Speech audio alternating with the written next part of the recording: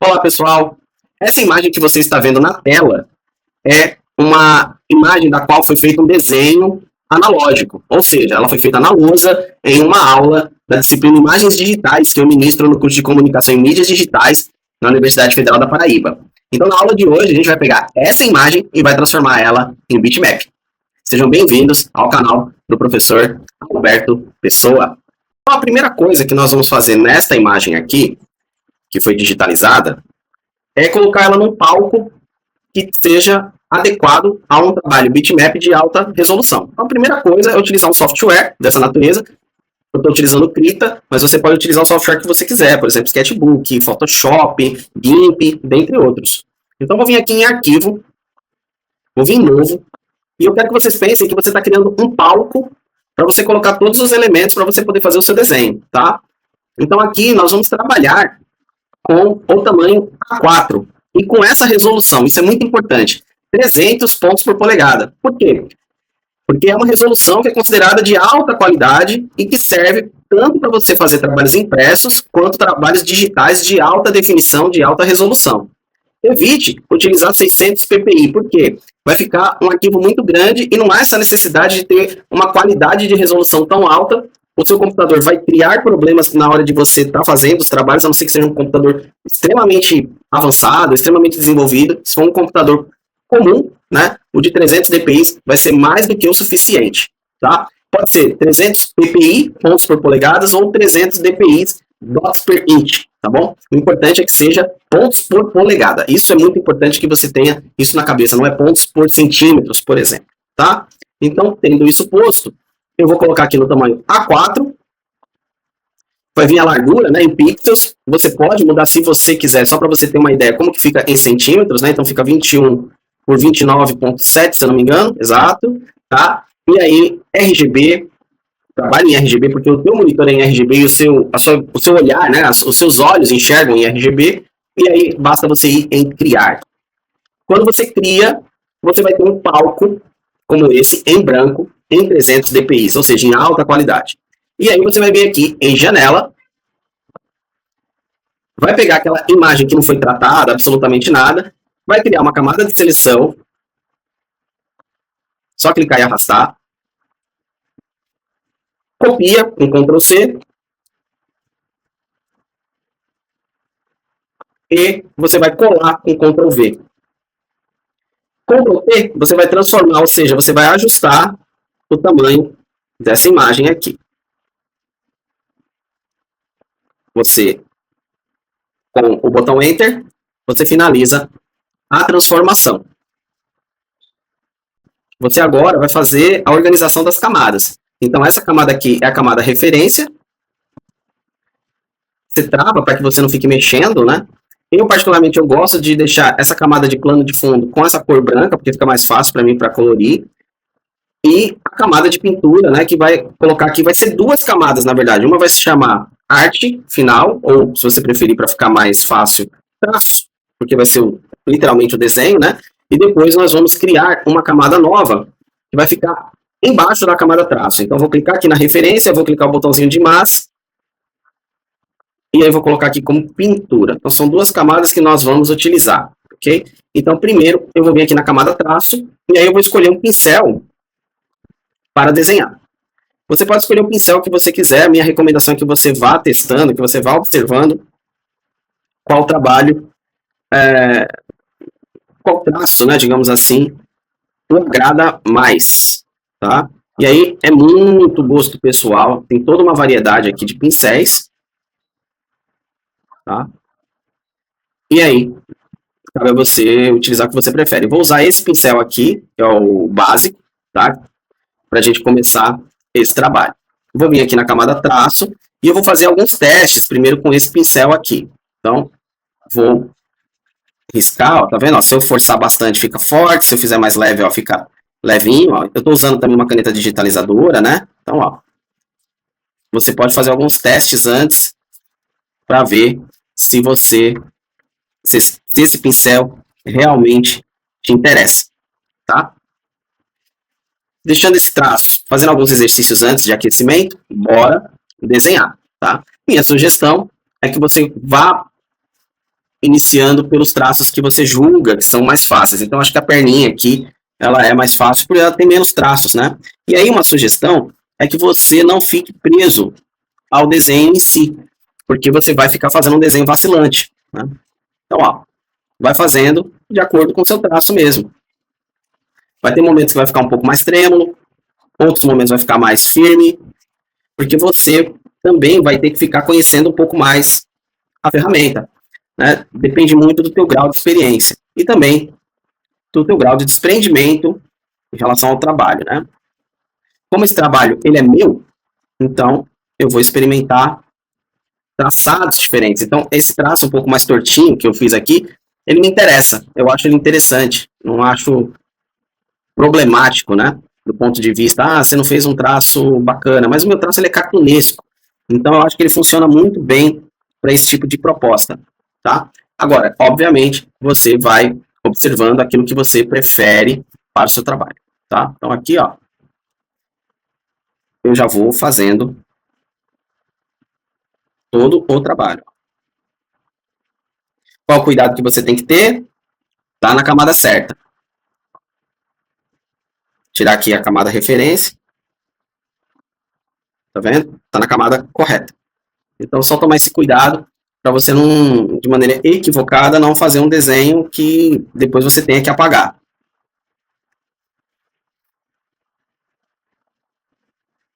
Aqui eu estou utilizando uma mesa digitalizadora, você pode fazer com mouse, ou então você pode utilizar um outro dispositivo, né? De repente a sua tela é touch, enfim. Você pode, inclusive, só fazer o desenho totalmente final, né? No papel e depois utilizar a colorização. Você é que vai escolher o que for melhor. O importante é que, se você for digitalizar a imagem no Nankin, por exemplo, essa imagem final, só quero colorir. Essa imagem você tem que digitalizá-la em 300 pontos por polegada. Então, você tem que configurar ou o seu celular, se caso você tiver um dispositivo de digitalização seu celular, você configura para que ele esteja numa resolução alta, ou um scanner, tá? Aí vai depender muito do celular ou do scanner que você tem as configurações, tem manuais, e aí você vai observando qual é a melhor configuração para você fazer em alta resolução. Lembrando que é em 300 pontos por polegada. Eu já fiz essa primeira parte aqui, que eu considero que são os traços mais simples, e aí eu já vou trabalhar esse personagem todo.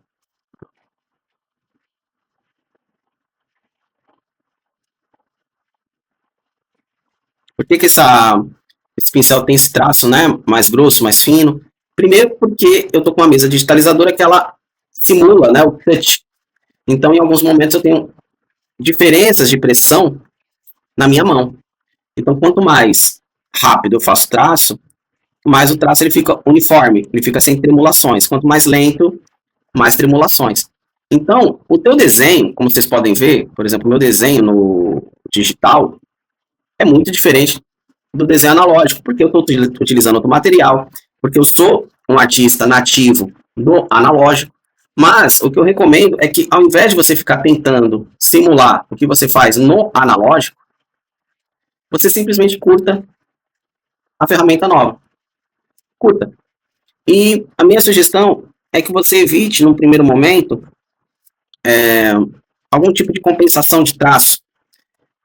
Por exemplo, você faz esse traço aqui, aí o software automaticamente ele deixa liso, não deixa trêmulo, né? Eu evitaria isso porque é uma maneira de você conhecer o seu próprio trabalho, o seu próprio traço, as suas próprias limitações. Né? Desenhistas como Charles Schultz, Will Eisner, Shimamoto, todos esses grandes artistas, eles se tornaram, né, grandes por reconhecer as suas limitações como qualidade.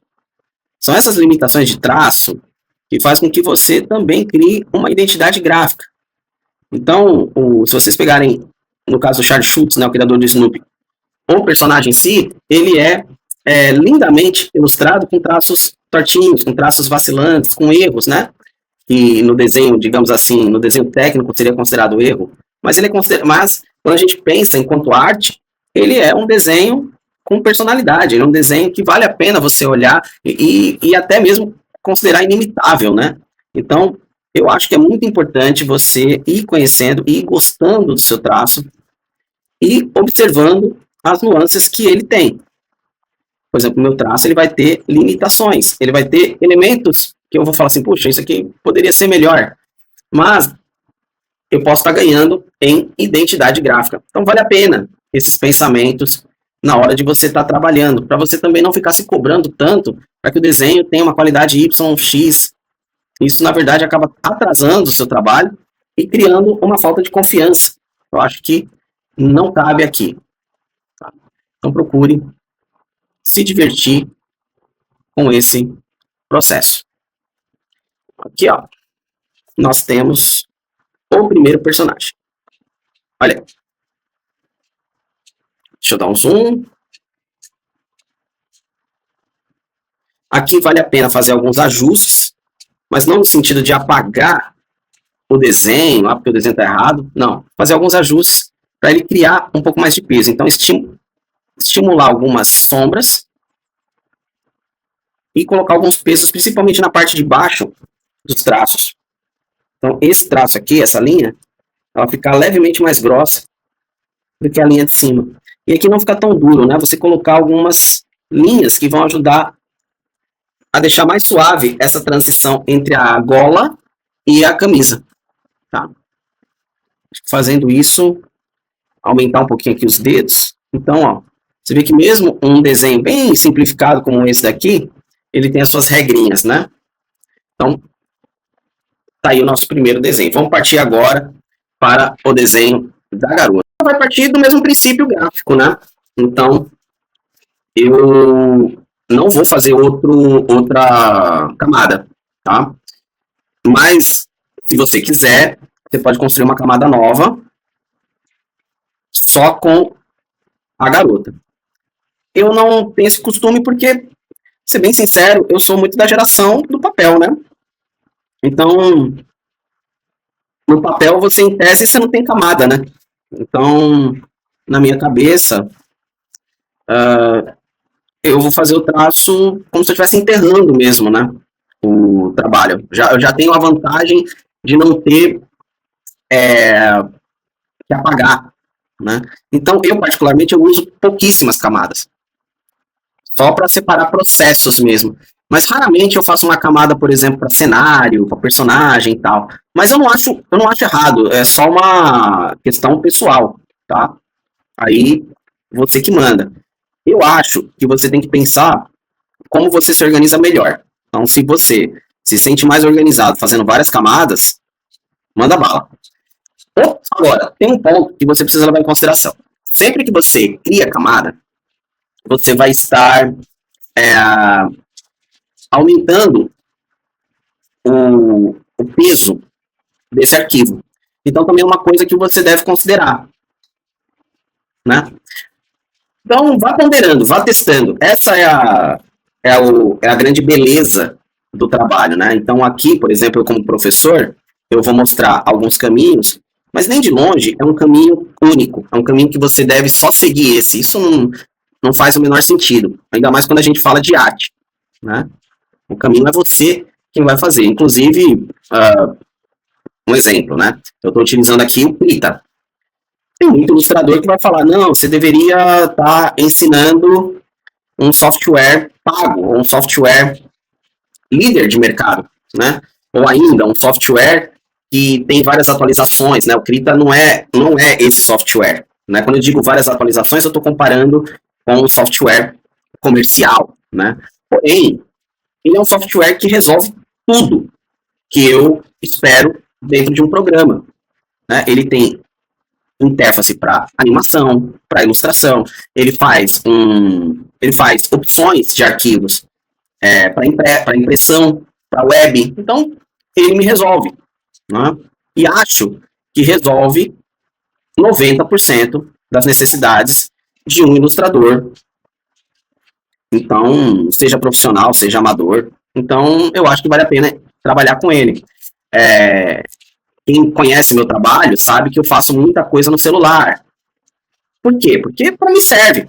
Então as artes elas têm um pouco dessa característica, né? E ainda bem que tem, ainda bem que a gente não tem seguido tantas fórmulas, né? A única coisa que eu acho que vale a pena de você seguir fórmula é a questão da transformação do produto. Então, como eu já havia falado antes para vocês, aí eu vou ser mais chato ainda. Questão da resolução da imagem. Então, sim, eu acho que a resolução da imagem não tem como você escapar. Inclusive, eu já estou sendo, em tese, benevolente, né? Porque tem muito ilustrador que defende que a imagem tem que ser em 600 dpi. Inclusive, há muitas editoras que defendem que as imagens têm que ser em 600 dpi. E eu, até hoje, sempre trabalhei com a resolução de 300, porque a maioria dos impressos de gráfica, de embalagens, trabalha com essa resolução. Ela não trabalha com 600, e basta você ir no mercado, basta você ir observar a maioria das embalagens, elas são muito bem impressas, tanto impressas em rotogravura, flexografia, né, desculpa, ou offset, que você vai ver que tem uma boa impressão. Então, esses 600 dpi, né, no meu modo de entender, ele é um cuidado extra que alguns ilustradores têm, porque tem trabalhos com muito detalhe, mas eu não acho que se aplica a todos. Por exemplo, todos os meus álbuns, até hoje, foram impressos com imagens em 300 dpi e muito bem impressos pelas respectivas editoras. Então, não vejo por que trabalhar com 600 dpi. Pelo menos eu nunca me deparei com essa necessidade eminente. Já publiquei no Brasil, já publiquei no exterior, sempre trabalhando com essa resolução de 300 dpi, e todos os impressos muito bons, né? Inclusive, dependendo do trabalho, dependendo da impressão que vai ser sujeito, nem 300 dpi necessita. Então, dá um exemplo. Antigamente, em jornais que você só tinha texto, ou que era impresso só no preto e branco, e precisava de uma impressão rápida, né? Porque o que acontece? Quanto mais pesado, maior o processamento, né? Então, precisava sair muito rápido a revista, ou o jornal, se imprimia as imagens com uma resolução menor, uma resolução mais tranquila mesmo, uma resolução de 150, por exemplo.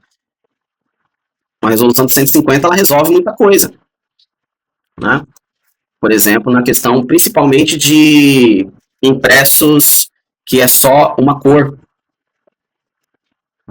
Não há essa necessidade de ser 300. 300 é mais para foto, para imagens com cores, né? Mas preto e branco você pode pensar numa resolução mais tranquila. Mas aí, para evitar confusões, né? Por exemplo, se não sei que resolução, o que fazer, né? Então ficou essa convenção de que 300 dpi por polegada é o indicado. E aí, você pode estar se perguntando, nossa, Alberto, você está gravando essa videoaula de desenho, mas você não para de falar dessa questão do 300 dpi. Né? Porque, na verdade, são poucas coisas que nós temos que decorar, digamos assim, quando a gente trabalha para clientes e tudo mais. E a coisa que talvez cause mais problemas é a má impressão. A má impressão, quando você faz um projeto, tal, você faz essa ilustração, fica lindo, maravilhoso na tela, mas na hora de você imprimir ou na hora que você entrega para o seu cliente, não fica bacana. Né? E isso acontece por responsabilidade do artista. Essa é a grande verdade. Não cabe ao cliente saber se o trabalho está com uma resolução boa ou não. É uma responsabilidade nossa. E na maioria dos casos, se o trabalho tiver com uma resolução ruim, quem vai pagar o prejuízo somos nós. E às vezes não, na maioria dos casos, a questão da má resolução é apenas a configuração de início. Porque aí tem uma coisa que é importante. Você não vai conseguir deixar com alta qualidade se você mudar a resolução no meio do processo.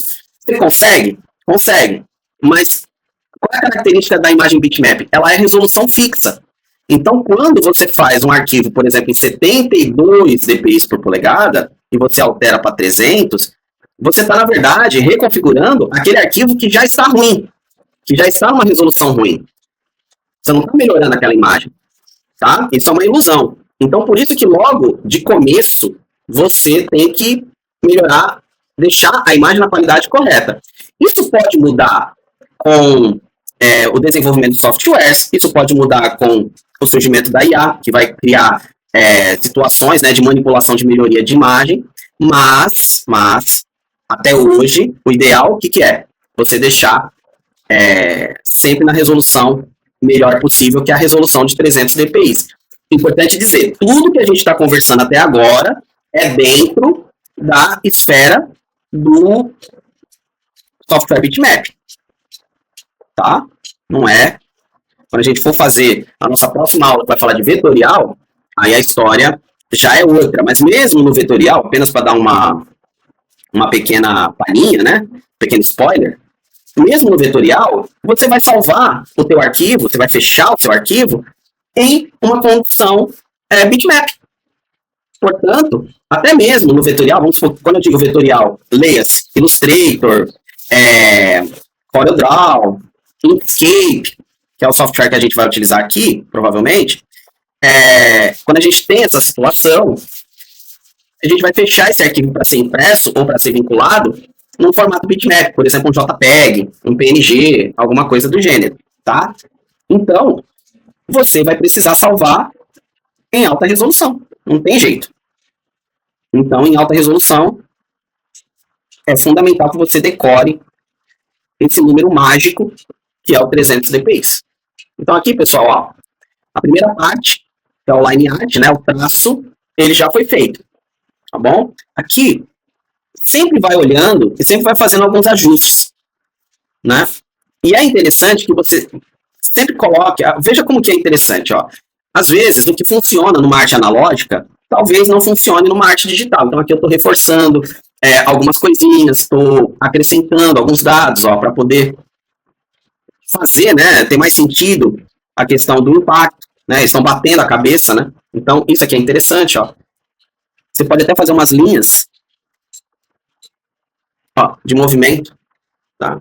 Então, fica bem bacana esse tipo de trabalho aqui, tá bom? Agora, o que nós vamos fazer? Nós vamos travar, a gente trava essa camada aqui. Fica uma dica, tá? Eu uso essa caneta digitalizadora, mas eu também uso o mouse, porque às vezes a caneta, por algum motivo, ela não funciona em todos os elementos aqui. Ou funciona, mas não tem a precisão que eu preciso, que eu tenho, que eu devo utilizar, né? Então eu uso o mouse em algumas situações, como por exemplo em cliques, coisas desse gênero. Então aqui, ó, a camada traço está travada, e agora eu vou utilizar essa camada aqui, que vai ser a pintura. Só para mostrar bem rapidamente para vocês, ó, a pintura. Por que a pintura vai estar a camada embaixo, ó? Porque é para passar literalmente por baixo do traçado, tá bom? Então, vamos agora para essa próxima etapa. Agora, vamos trabalhar a questão da colorização, em que, como que eu gosto de fazer essa colorização, né? Eu prefiro trabalhar primeiro a parte do fundo, porque ela vai me dando caminhos para pensar qual colorização fica mais interessante. Que fique claro, isso daqui é uma percepção minha, não significa que você tenha que fazer dessa forma, mas é uma maneira que eu acho que funciona muito bem. Então, para cá eu vou utilizar um fundo aleatório, então eu vou utilizar essa cor azul aqui, não há nenhum motivo de utilizar essa cor, simplesmente porque eu acho que vai funcionar, não é uma cor que eu vou utilizar para os personagens, pelo menos não nesse primeiro momento. Então aqui eu já vou pintando essa parte mais pesada. E para colorização, eu não...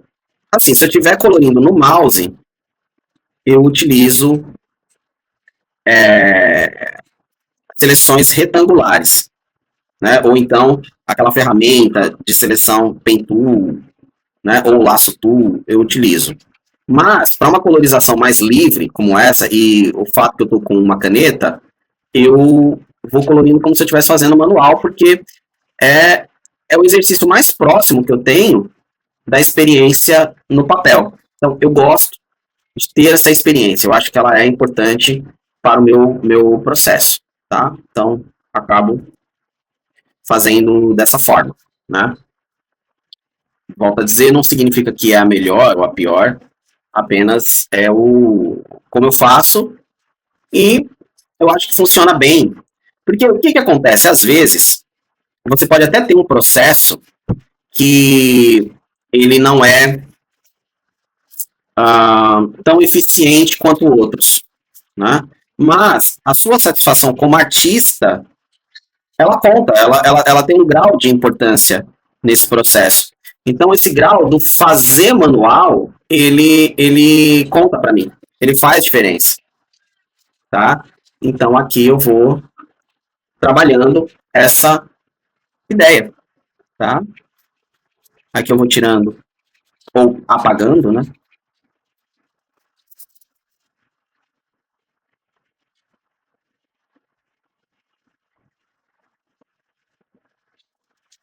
E aí aqui eu já vou realizando ou resolvendo, né? Eu uso a luvinha. Eu gosto de utilizar a ferramenta à mão para estar passando, né? E tá dando uma olhada onde eu posso melhorar o projeto. É muito importante que você pense na colorização que é melhor para o seu trabalho. Então, por exemplo, no meu caso, como meu traço ele é muito gráfico, eu acredito que a cor sólida funcione melhor do que, por exemplo, fazer uma pintura em estilo aquarela ou com degradês. Eu acho que quanto mais simples, melhor para o meu trabalho. Eu acho que ele fica mais otimizado, ele fica mais bem feito, né? Também. Porque o mais importante para um trabalho é ele ser coerente.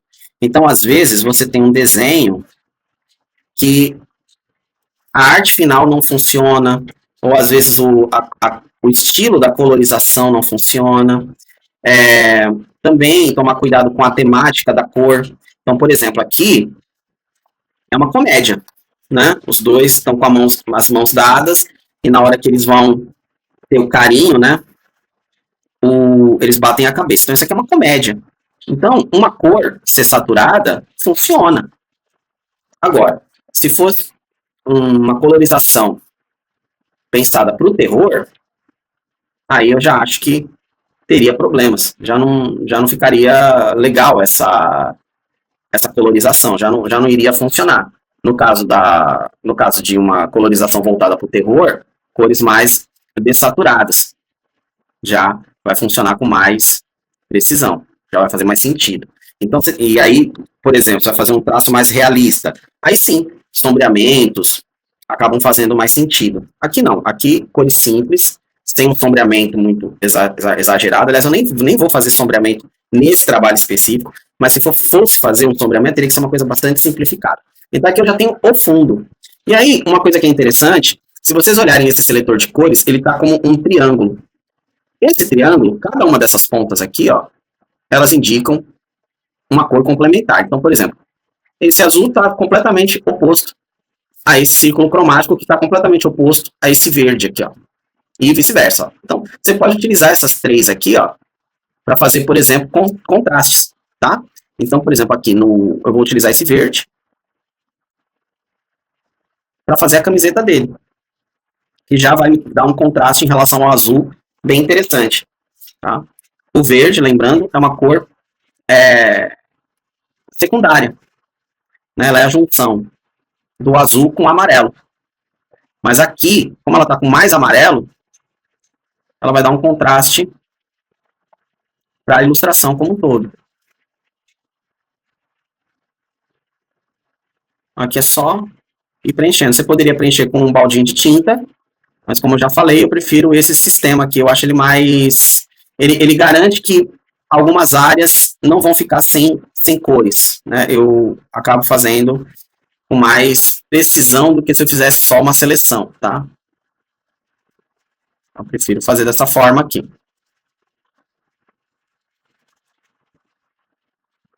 Você pode fazer de formas diferentes, por favor. Agora, aqui, ó, eu vou utilizar o azul para fazer a calça, mas eu vou utilizar um azul bem escuro, para poder, apesar de ser uma cor análoga, né? É um azul escuro, um azul claro, possui o nome de cores análogas. Como é um azul muito escuro, o contraste ainda vai estar permanente aqui.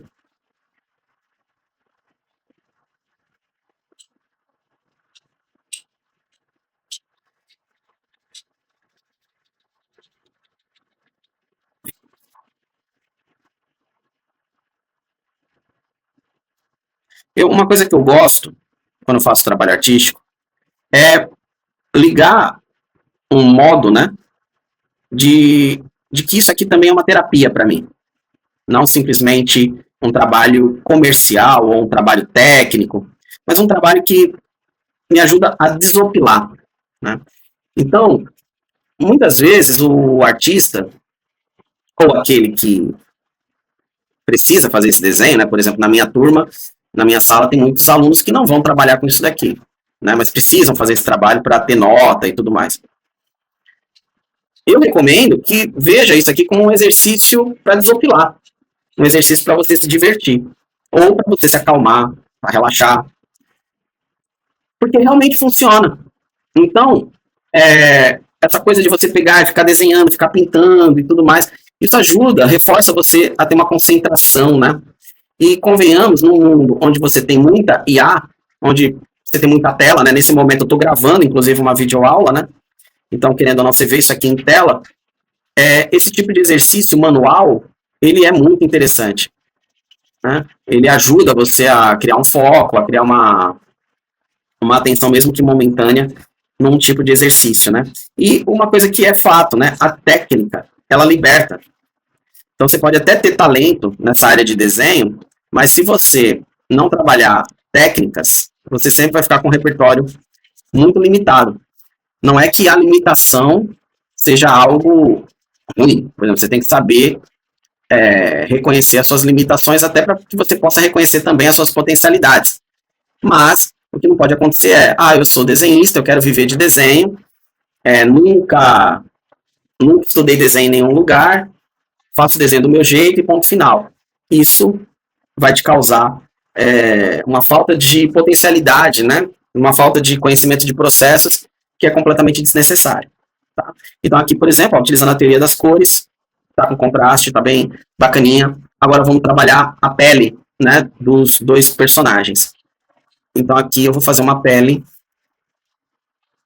mais amarelada, porque a personagem ela tem essa característica, uma pele um pouco mais amarelada. Esses personagens são baseados em pessoas que eu observo, pessoas que eu vejo.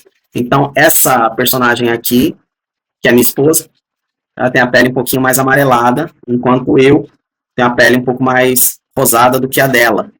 Então, eu vou fazer essas duas diferenças aqui. Aí você pode falar, mas o leitor vai perceber essas mudanças? Vai perceber essas alterações? O leitor, no meu modo de entender, ele reconhece uma verdade. Então, quando ele olha esse trabalho, talvez ele não vá prestar atenção na mudança de tonalidade. Eu acho isso muito difícil, tá? Mas no subconsciente dele, ele consegue enxergar que o artista colocou uma verdade naquela ilustração, que as cores não estão lá à toa. Então, por exemplo, a minha esposa tem realmente esse vestido. Ele não é esse vestido porque esse rosa, não é porque é para menina ou nada disso. Não, minha esposa tem esse vestido. Eu tenho essa camiseta verde, né? Tenho essa calça. Então, isso ajuda muito a você construir o efeito de verdade no trabalho. Juntamente com a técnica, ou seja, observar como o fundo, né, as cores, elas se relacionam, tudo isso ajuda demais a você construir um sentido de leitura para o leitor, né? Um sentido que seja mais do que simplesmente a ação. Então tem que ter um carinho, tem que ter um humor, mas também tem que lembrar alguma coisa, né? Quantas pessoas não têm essa roupa, ou quantas pessoas já não aconteceu alguma coisa semelhante, né? Então isso é muito bacana quando você faz uma ilustração, tá? Então veja que uma ilustração simples como essa daqui, ela tem mais a entregar do que a gente imagina. Por isso que, como uma lição de casa, eu recomendo que você faça um desenho, e não precisa ser um desenho com personagens, você pode fazer o desenho que você consegue fazer, né? Mas fazer um desenho que importa para alguém. Então, por exemplo, vamos supor que você resolveu fazer um copo. Fez um copo. Aí você poderia fazer um copo que, de repente, tem uma representação para uma pessoa. Então, de repente, ao invés de um copo, uma caneca que você deu de presente, pode ser uma boa ideia, sabe? Um copo que tem uma determinada mensagem, que você já fez isso para alguém, isso pode ser bem interessante para você, porque vai te trazer uma memória afetiva.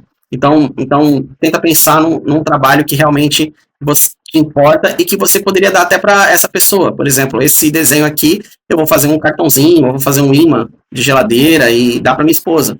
Então, quando você faz trabalhos que fazem sentido para alguém, você transforma em produto, né? Você começa a se enxergar como artista. E se esse desenho, de alguma forma, traz uma relação de sentido para o seu leitor, ou seja, vamos supor que eu faça um imã de geladeira, coloco lá, né, penduradinho, aí minha esposa olha e dá uma risada, por exemplo.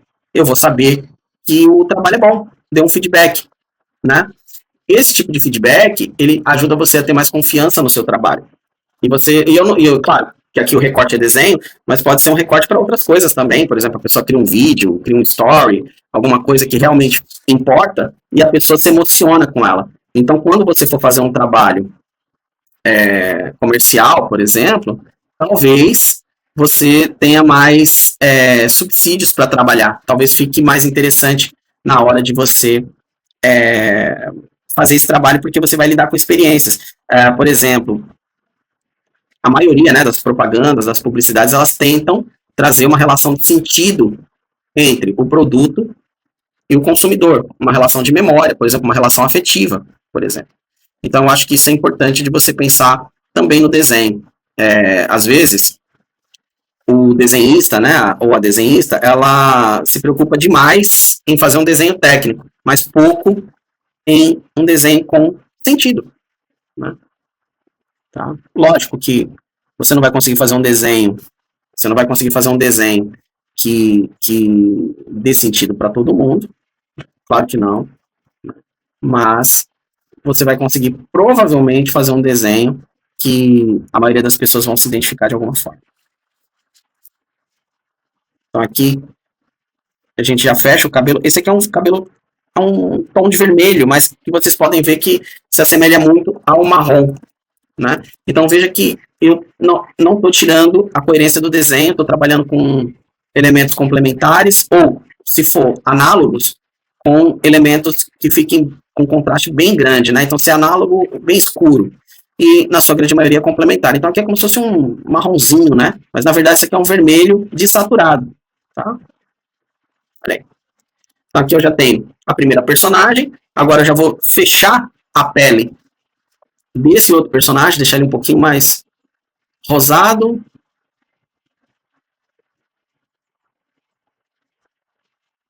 Acho que esse rosado fica bom.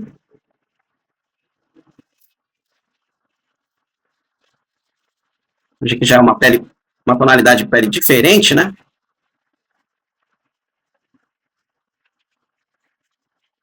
Ele tem barba, ou eu, né? Tenho barba. Então aqui eu já vou trabalhar também a barba, deixar um espaço. Mas aí minha sugestão é que você trabalhe a cor como um grupo. Então a primeira coisa é você trabalhar, eu vou trabalhar toda a cabeça, os braços, né? Tudo aquilo que tem pele. E aí depois que eu vou trabalhar a barba. No caso aqui eu vou fazer uma barba cinza. Tá? Sempre aproveitando, se você vê alguma falha, você já ajusta. Isso é importante. Porque o trabalho de pintura é um trabalho de redesenho constante, né? Você vai vendo os espaços. Mas veja bem, ó, olha que como é bom você trabalhar o fundo com uma cor. Porque o que não pode acontecer é você deixar um espaço branco. O espaço branco é muito ruim, né? Aí realmente configura como uma falha. Mas se a camiseta tiver alguns pontos em azul, isso não é tão gritante quanto o branco. E na percepção visual, isso não fica tão latente. Agora o branco não. O branco ele dá um destaque muito grande e demonstra que você não pintou da maneira correta. Tá? Aqui, ó, como esse nariz, eu quero deixar ele um pouco à frente. Então, vou deixar ele levemente com um pouquinho mais de vermelho. Ele vai ficar um pouquinho laranja, ó. Só um pouquinho. Mas já dá uma impressão. Deixa eu colocar um pouquinho mais vermelho. Isso. Ele já dá uma impressão de destaque, ó. Olha aí. Tá? Agora eu vou fazer a barba. Como eu quero mostrar aqui uma diferença de idade, eu já vou fazer uma barba mais acinzentada. Não vou fazer uma barba totalmente branca, porque aí você já acrescenta uma diferença de idade muito grande. Mas o cinza, ele funciona muito bem.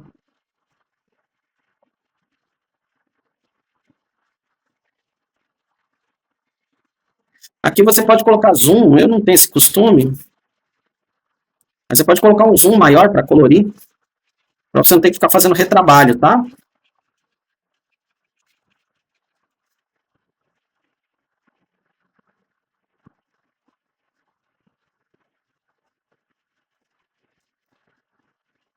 A gente já está terminando, ó.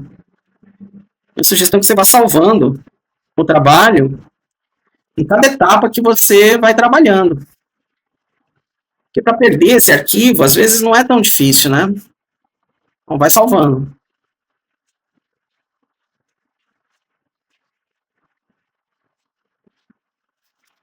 E aí vai observando as áreas que estão em branco. Ó, por exemplo, aqui está em branco, ó. Então, já acerta. Dá o zoom, trabalhar os dentes, né?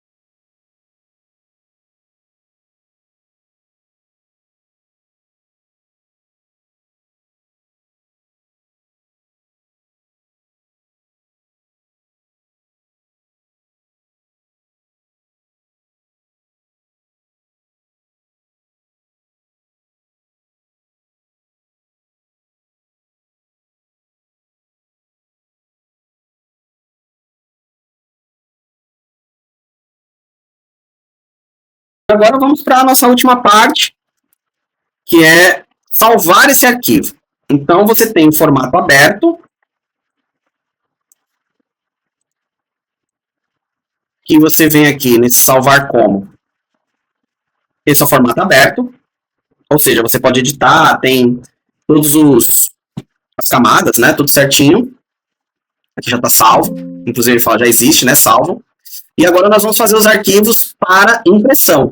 Então você vai vir aqui em arquivo, salvar como, e você vem aqui, ó.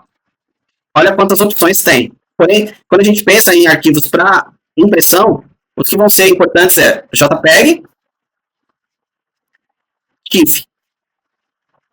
O Krita não tem o PDF.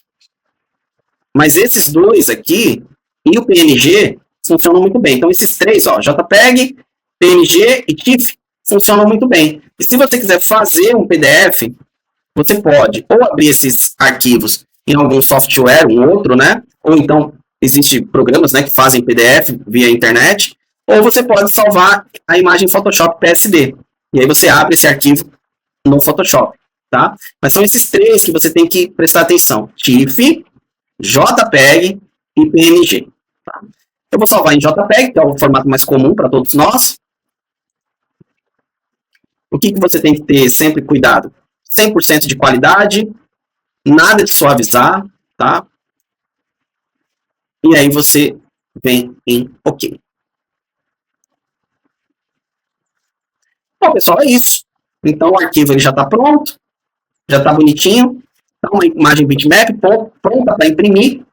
E espero que vocês tenham gostado. Agora é com vocês. Façam um desenho que você goste. Faça manualmente para você aprender a digitalizar. Digitalizou, aprender a colocar na tela, né, no palco de 300 dpi e trabalhar as camadas, né? Uma camada que é a imagem digitalizada, outra o traço e por fim a cor. Faça o arquivo, salve o arquivo de maneira editável e salve também o arquivo de maneira final, ou seja, feche esse arquivo. Procure se divertir, procure usar o seu traço, não fique muito preocupado com a qualidade do seu desenho, o versus, o analógico versus o digital. Procure fazer o trabalho que você gosta e se divirta com o processo. Espero que vocês tenham gostado, que vocês curtam, que vocês compartilhem e vamos nessa jornada do aprendizado aí da formação do artista. Até mais!